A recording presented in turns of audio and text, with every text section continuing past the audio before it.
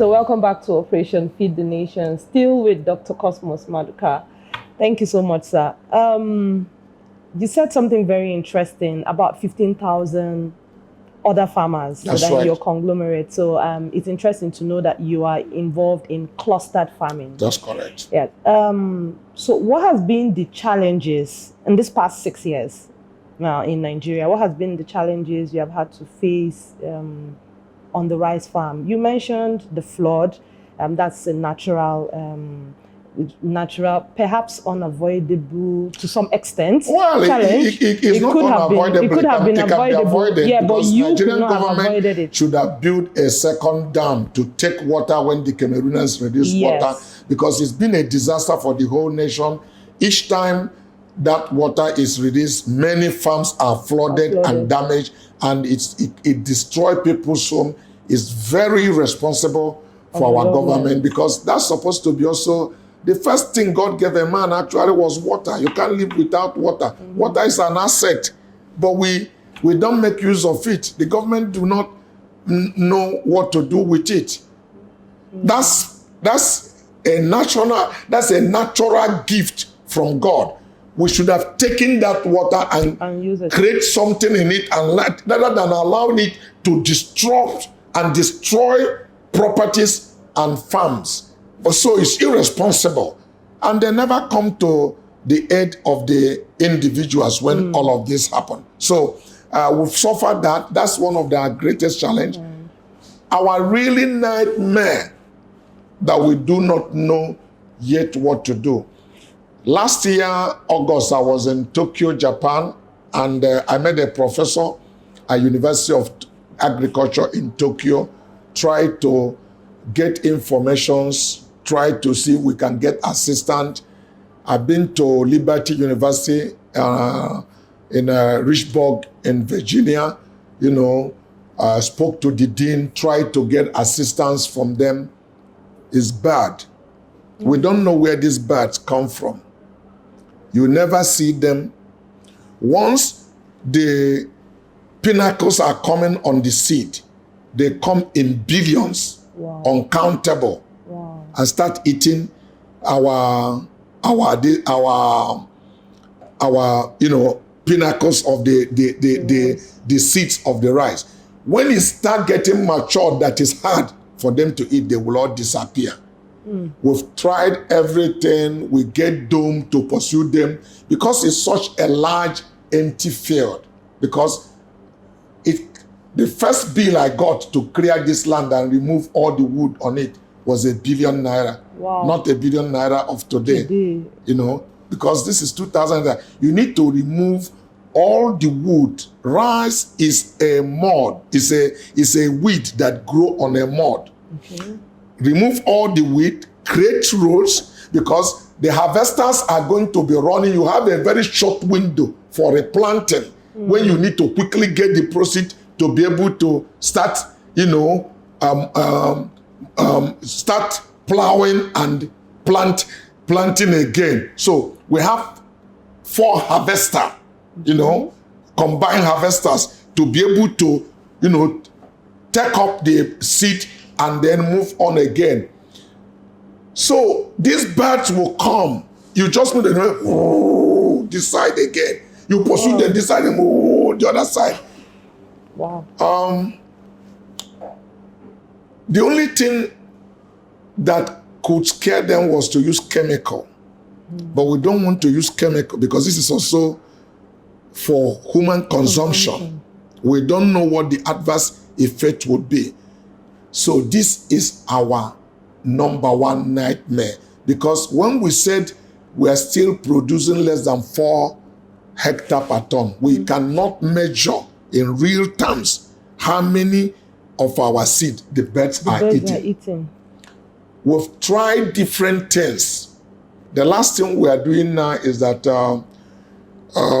there is this University of Technology in Enugu, Prota, that we are discussing to get a machine that will produce 6 different kind of sounds to pursue them, because if you had one, they can get used to it, and then it wouldn't irritate them anymore. We also have tried different things.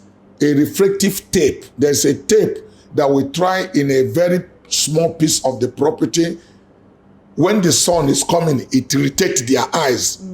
But how much of this tape are we going to buy to be able to cover 3,000 hectare, not acre, about 7 miles square kilometer? This is absolutely impossible. So this has been our major challenge in the farm, greater than the flood. We have had actually 3 different floods that flooded the farm and destroyed all our wheat. The whole place become like an ocean because there was a time that the water came in our farm house up almost to the roof, of the top of the building. So everything we are moving boat to pass there. So those disasters, government never come to our head. This bird is our major challenges, but we are combating them. In true life story, nothing comes easy. Nothing comes easy. But we are bringing leadership that we have acquired in different things we have done into the farm. If we don't have muscle of staying on, by now, frankly speaking, would have quitted based on the catch we are burning in the farm. It's very challenging for us because we took the bull by the horn, by the size of what we have tried to do. But we are optimistic that we will be profitable, but we are not yet profitable. Actually, we knew from day one that we won't be profitable in the first 5 years. We projected to start making money by 2020, 5 years after operation. Okay. Regrettably, till last year, we're still running at a loss in excess of over 3 billion naira in the farm. But we'll make money. That's one thing I can assure you. Okay. Yeah. So 2 questions now, still on your challenges.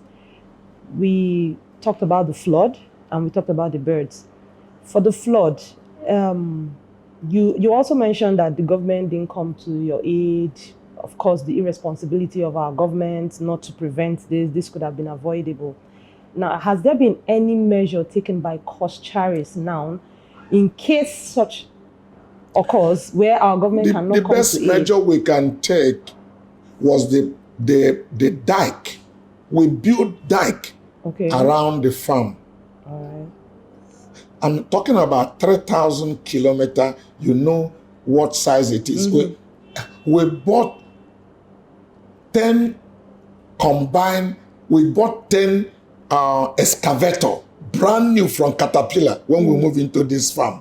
You need to come to this farm. The equipment we have in this farm, I can't believe there's any construction company that have it in Nigeria because we created this road. To be able to build this dike, almost 5 meters around the farm, build pump station. So the flood we are getting is not the flood in the farm. Because if it's the flood in the farm, we build enough dike to be able to pump water out. Even when we can't discharge water to the river above that. But when the global warming created problem that so many times when Cameroon released this flood, it overflowed the bank and get so high and then start coming into the farm above the dike. What you are saying now is that Coscharis will continue to build this dike to 6 meters. It's continue to be a challenge.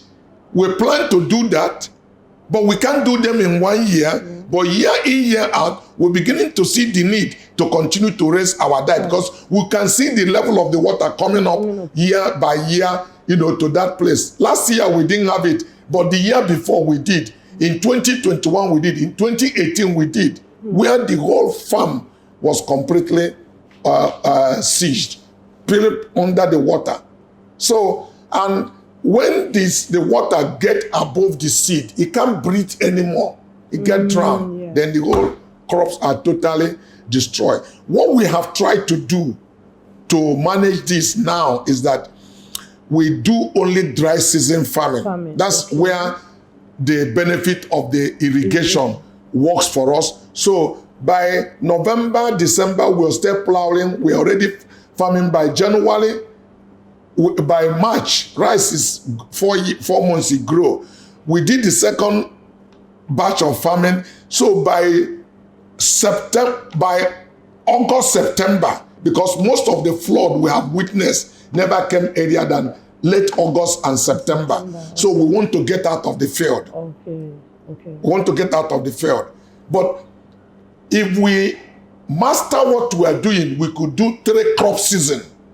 So even we are not getting higher capacity on 1 crop season, we could have mitigated and get more by the number, because it's the same size of the land we are using. So even if we get 3 tons per hectare, we'll be getting 9 tons averagely in a year. But we are still limited to only 2 seasons. And many times when the farm get over flood, the flood never recede until late November and December, making it impossible to also plant earlier. But if you recede much earlier, by November we're already plowing, by December we're already putting seed, and then if we put seed in December, by April we're already harvesting. So it's quite challenging. Yes, it is, because that's almost like an entire season that is being taken over by the flood. Yeah. So but on the birds now, is it just, would I call them, are they just tropical pests now, or I don't know what to call them. They are very small. Sometimes we also put some nets. Sometimes they run into a massive net. The villagers come to harvest them. Very tiny, small birds. Who tell them this seed is putting up practice? Nobody knew. Where are they coming from? I cannot explain. Wow. Yep. So because I was just thinking, for some other countries that farm rice in really large quantities now, like them that you said they do like 12 The Japanese told me they have the same challenge. Are they faced with the same challenge? Yeah, they those have birds? the same challenge with birds, the same kind of bird. But what will happen is that their farms are, private, individual. It's a much more difficult in a large farm scale of farming. If this is privately owned, small farm, is better managed, even pursuing them, because they hate noise, they listen to car crow. Some of the people use net to cover the farm to also deter them, because if they run into the net, they are caught into the net. But how much are we going to spend to put net for this size of land? Okay, that's very challenging. Actually, the smaller the farm is, the more efficient it's being managed and operated. A large-scale farm, provides some level of challenge in efficiency, in absolute efficiency. Okay. So, could you share, what would you say have been the mistakes you have made in farming right now? The mistake I made, frankly speaking, would have been to have taken to developing the farm in a full scale the way we did. If I knew what I knew today, the first thing I would have done should just have been to develop only maybe 50 acres, or even 10 hectares. Manage it, perfect it, develop another one. It has its challenges, because you need to clear the trees, you need to do major construction. We had to do a lot of bridges, because this is also water area. We met a lot of pantom, irrigators in this farm in the beginning. So if you don't clear all of those things, you are running a risk, both death and other things. So the first thing was to have taken all of those things out, because this is a place that has never been cultivated in life that we took into, so it's a big forest to develop this, and it's also in a muddy area. You could have started saying, let me develop them in phase, but then you have to either be bringing, equipment every time where you are going, but it would have been much perfect and much easy in terms of burning cash for us to have done them in phases. Master the smaller one, so you replicate the same thing to the other. So if I'm going to do it all over again, I would rather start in a very smaller area and move into another big area. Into a large area. Yeah. Thank you so much for sharing that lesson. So looking at, because, you know, the main purpose of this program is to sensitize the general public, right? Sure. We need to go more into agriculture. You know, it used to be that in the era of the oil boom after the Civil War, you know, everybody left agriculture, even our country left agriculture, and we saw a nosedive in our economy when the oil started dwindling, right? So, but right now we see the need for it because, like you rightly said, 3 billion naira on just rice. $3 billion. $3 billion. Dollars, yeah, not naira. $3 billion Yeah. annually on just rice. Yeah. That's besides the other food items that we import into the country. So what would you say, what would you say this rice production now, in your own projection, looking at the World Bank's projection in 2050, what would you say your rice farm, what would be the impact looking on the economic growth of Nigeria? Let me simply say, frankly speaking, that nothing developed without a leader, nothing improved without a leader, nothing advanced without a leader. I am one of those who really believe that Buhari's administration was a disaster for our nation. But if there's one credit I will give Buhari's administration, is his consistency in agricultural development to support, because any nation that cannot feed himself has no place to stand. It's a disaster. Yeah. If people want to take a lead, you look, several years ago, you may not know, when we are growing up, all we hear about China is agriculture. We see this photo album that come from China, Xiamamawo, you know, with field of flowers and all of that. China locked up its door and worked hard in its agricultural development, become net food exporter, not importer. Grow every sector of agriculture. Their industrial revolution started from agriculture because it is what they plant that they try to reproduce and recapture, and the revolution starts. If we happen to gain consistency in our agriculture, Nigeria will have future. But if right now, we are importing apples. You go to Abuja, you see bananas from Cameroon. We import everything. It's a recipe for a disaster. We will go nowhere.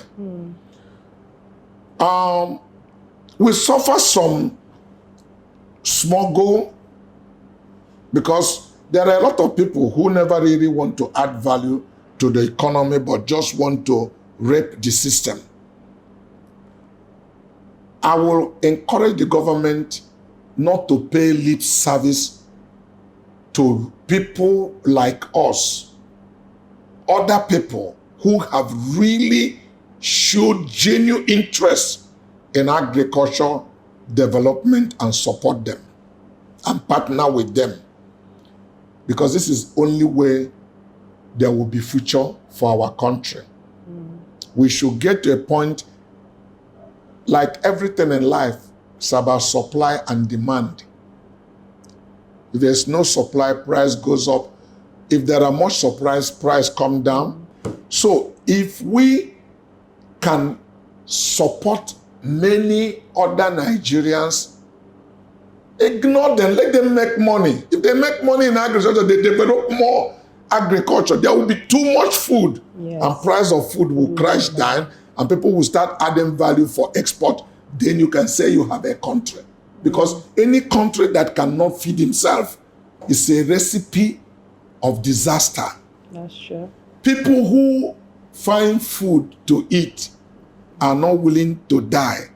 When a man or a woman had no food to eat, life gives him no hope, he will submit to suicide. Some of the vices we have seen is bad economic situation. So to get the people off your back, first feed them. Let them be able to find enough food to eat before they can think about other things. But where we are sitting today is on a gunpowder. Whether anybody like it or not, this country is long overdue for revolution. And one day it will rupture. And everybody will take to his ear. Everybody that have tested government will run away from this country. If they don't fix the problem now, they can go and say that Dr. Maduka says so, and they can write it down. If they don't fix this economy and continue to send people to university and republish them, people will get to a point and said, life has no meaning. We are ready to die, and then it is more risky for anybody that have tested politics or have been in the field. So food should be made available for people. The agriculture need to be supported. The investment we are wasting should be put back into agriculture. Let there be enough food that people can buy food. There are many countries like Thailand, like Vietnam, like Laos, where you don't need $1 to feed yourself. 50 cents can feed anybody. We need to, this place today, $10 cannot feed a man in Nigeria. Look at the cost of bread. Everything had gone out of control. So it's a recipe for disaster. So you can just think about the multiplier effect if we perfect our agriculture. All the money we are exporting that on food related something will all be indigenous thing, and that will get back the needed foreign exchange into the system.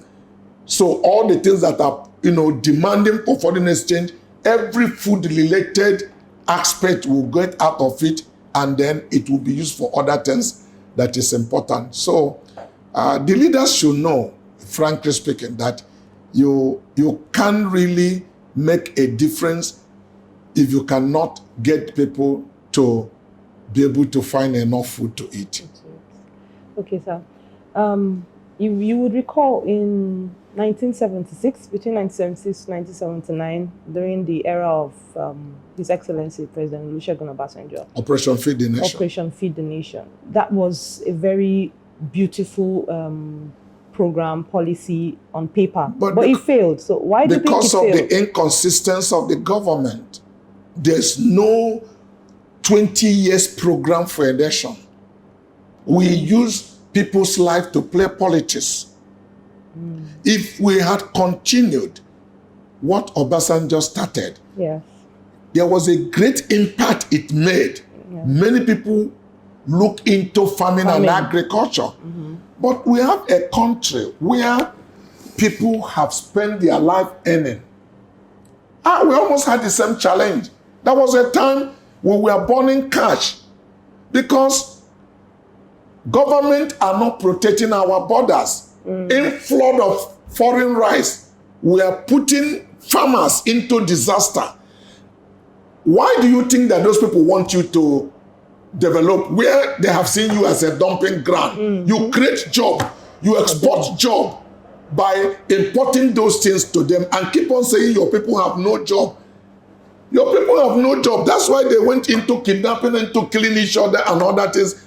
There's nobody who find a job and have a means to live every day that want to kill himself.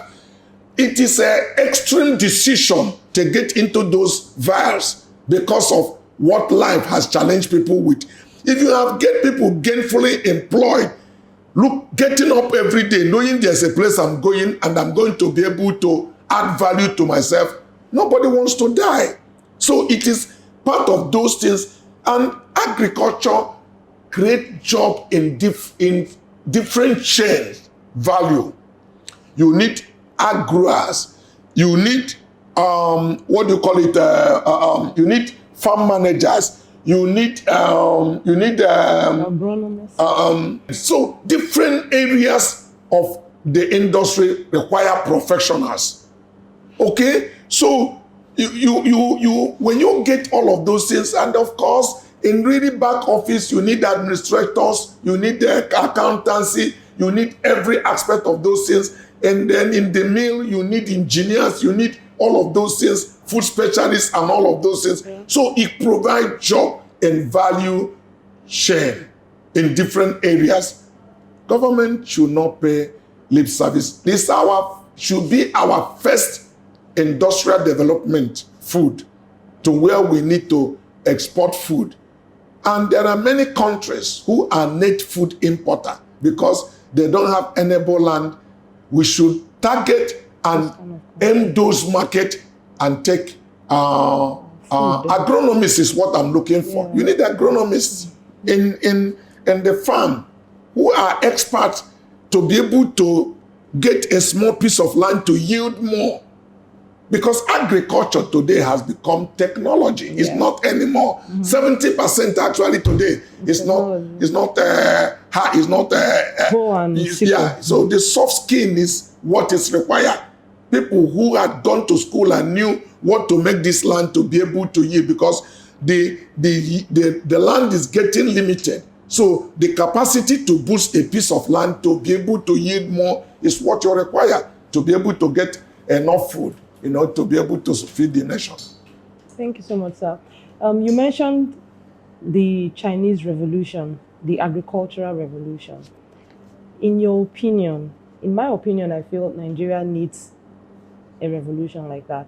In your opinion, and with your wealth of experience, looking at it from the private sector now, we're not looking at the government, because the reality is that we have a failed government, a government that doesn't really come to our aid in time like this. So from the private sector now, how do you think this revolution can start? What do you think are the things we need to do as private individuals? Frankly speaking, nobody exists in isolation. We know the present situation of Nigeria as a country is that we have a failed leadership. It's hard to find a family that is very successful when the parents are drunkard or weed smokers. Yes. And you're telling their children to behave, to become the best of. Fish doesn't spoil from the tail, it starts from the head. This country can have economic revolution that is unprecedented, that will take the world by surprise if you find the right leader who understands what to do. Period. If you understand what leadership is all about, please believe me, a team of lions that were led by a sheep will be defeated. Compare to a team of a sheep that is led by a lion. Leader is everything. Leadership is everything. Because you can make people believe in themselves to reach their full potentials and do things that they never believe they have capacity to do. And no single one of us in any area of life that is living our full potential. An average man or woman always believe, I cannot do it. You get a reader that can truly inspire and motivate people to reach their full potential. They will leave you in amazement of what is possible. So, I don't see this country really changing, becoming anything extraordinary because the government is the enabler. They must provide the enablement and then allow entrepreneurs to go into there and develop and be able to change the face of the nation. Tell me one businessman that is respected in this country. Once you become a chairman of a local government, you are honorable. You carry 3 police and move on the road and whip people with it. So that's why everybody now want to get into politics by hook or by crook. People who never did anything, never produced anything, become billionaires after, and nobody hold them accountable and responsible. So how are you thinking people are going to change? Our problem is leadership. And we must admit it. The leaders has failed us, but I'm telling every one of them they are sitting on a gunpowder. Every one of them is sitting on a gunpowder. Because they have institutionalized corruption. Corruption is a cancer. What does a cancer do to the body? He sees all the blood vein and suck it to feed himself, forgetting it's inside the body. As it's growing, the part of the other body is getting thin. Eventually, the body will die. The cancer will die inside the body. Because in this ecosystem, we are interwoven. We are connected with each other. Everything is related and change hands. So you can't exist in isolation. It's not even good for them. If it's not good for them that they are this wealthy and there are those level of poverty, abject poverty, people are ambushing every day, cursing their leaders, and their leaders, are so detached that they don't even have feeling for the people anymore. They don't even have a vaguest idea of what the people are going through. It's just the leadership to wake up and knowing that this is not a way to go. Thank you so much, sir. So I'm going back a bit to the clustered farming. Okay. So is it possible for Coscharis farms because you mentioned Asaba, those are adjoining states, Asaba in Delta State to Anambra. Is it possible for other farmers from other states in the Of course, we're still our first 2 years or 3, we only 5,000, but today we've grown capacity to 15,000, and it is in our own interest if we can get 50,000 different families and ad growers join our team. We support them with seeds, we support them with petri money, but enter into agreement. Some of them we harvest for them, buy up their proceed, because it's a win-win situation because of the cost of transportation. Okay. We can just harvest, move their proceeds straight to our farm, no transportation cost, than people coming from a long distance to buy from them, looking at the cost of transportation, price them low. So we pay them a little bit more high and we put it straight into our farm. It's also cheaper for us than going to Benue State, going to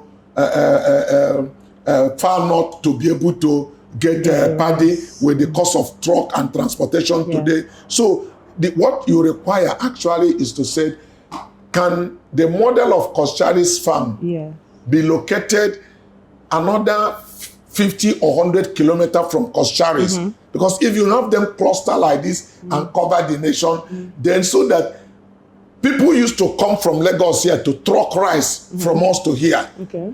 At that time, the maximum 50 kg bag you can load in a truck, like 600 bags of rice. Okay. And you pay 2 million naira or 3 million naira for truck. You have to divide it by bag. So one bag of rice was costing XYZ because rice bag is like a cement. So cost of transportation. So you really don't want to truck rice more than 50 kilometers or 30 kilometers because there are markets all over the country. It's the most, number one edible food in Nigeria today. So if you have them clustered like that, so that you don't need to add this extra cost of coming to Lagos or something. So like there's a big rice mill in Lagos State built. If they can have a farm there and they're built to take this captive market, 120-ton capacity of mill, and feed Lagos, and you get another one close to Ibadan, and like that. And there's a supporting farm and ag growers to be able to give them process. We solve the problem. Yeah. But government need to support it to make it attractive. If we don't have the capacity we have, many people have gone into farm the way we did, and they've all died. Yes.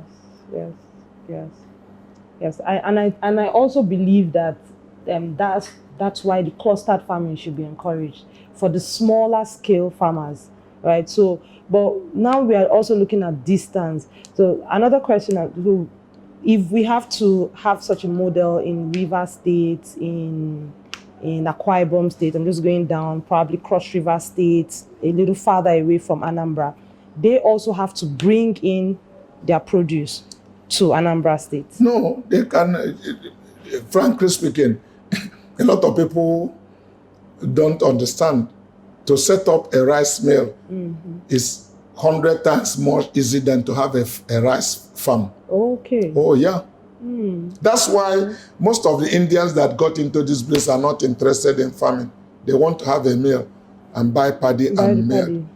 It's our farm that is making us loss. The mill is not making loss. Okay. The mill just print rice and you are selling. The cost of the mill has been operating on profit, but if you sum it up, the farm eat up everything. So it's to really grow that capacity to produce, then that is what is required. Okay. Yeah. So if you have enough paddy, there are people who, including us, are willing to set up mill in that location and take up the paddies to mill rice. Okay, because that would be interesting to know if we have clustered farmers on the south, Bayelsa, River State, if they know that they can have a meal in their own location. Very easy. That's the easiest thing to do. Okay, that's very interesting. Thank you so much, Dr. Maduka. I have learned a lot from you this afternoon.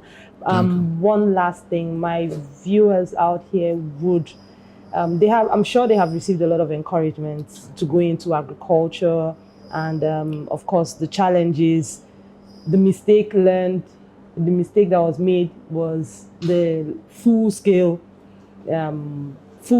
production. So if we had gone into it in bits, so the way they are starting from 5 acre, 2 acre, master it, get the maximum yield in that area, expand. So don't go full brew where you don't have all the things together, because you can burn your cash. So start small and scale up is what I encourage any new beginner in a farm. You will never make mistake. Those who are doing it like that, you are surprised that eventually what we have done, because we have already prepared the ground in our farm. So what we are doing today is that we've gotten many ag growers who come into our own field, and we allocate 50 hectares, 100 hectares. Is your private business. Your farm, we lease the land to you. Your farm, you manage it, you chase the bird. They are getting better yield than we doing the whole entire farm. So we have scaled down to 1,000 hectare to 500 hectare low, but has spread that, but we buy up their own thing and they are making money. So it's a win-win situation. Because now you focus on this, is your own private business, you manage it, you put all the input that is there, chase the bird, is a smaller area for you to manage, and it is harvested, and they are making money. So starting small is a winning formula than taking it in a very large capacity, the way we have done. Thank you so much, Dr. Maduka. So we can actually partner with Coscharis rice farm, Yeah. the 3,000 hectares lease. There are people who acres. are coming into our farm. This person, I need only 10 hectares. Acres. This one need, 20 hectares. This one need, and we sign contract. We agree on what the whole thing is all about. What input you need from us. If you want us to harvest for you, if you want us to mold for you, you pay for all of those services. But we had contract to buy off what you have. And the buying off is not by force. If our price we are offering is not, you are at liberty to sell to anybody. But we believe we will give you the highest offer you cannot get. So it's a win-win situation. So because you farm in our farm, it's not must that you must sell to us. You only sell to us if our offer is competitive to what you are getting from other people. But it's purely your business. But you pay for the services we render to you. Thank you so much. Thank you so much, Dr. Maduka. I have learned a lot, and I believe that you have learned a lot. Like I said earlier, the purpose of this program is to sensitize the general public to participate in agricultural activities. And there are opportunities for small-scale farmers, for large-scale farmers. We have learned from Dr. Maduka the challenges and the experiences on the rice farm. You could start small, you could go into clustered farming, you could do a partnership even with Coscharis Rice Farm, which I believe should be a very much welcome idea. Like we should start by partnering, especially with them that have experience already, and then we grow with that. So I look forward to seeing you in the next edition, and I am also looking forward to being on the rice farm. We take a tour to the rice farm, and then just keep your eyes on the space. We'll show you around the Coscharis farms. Thank you so much.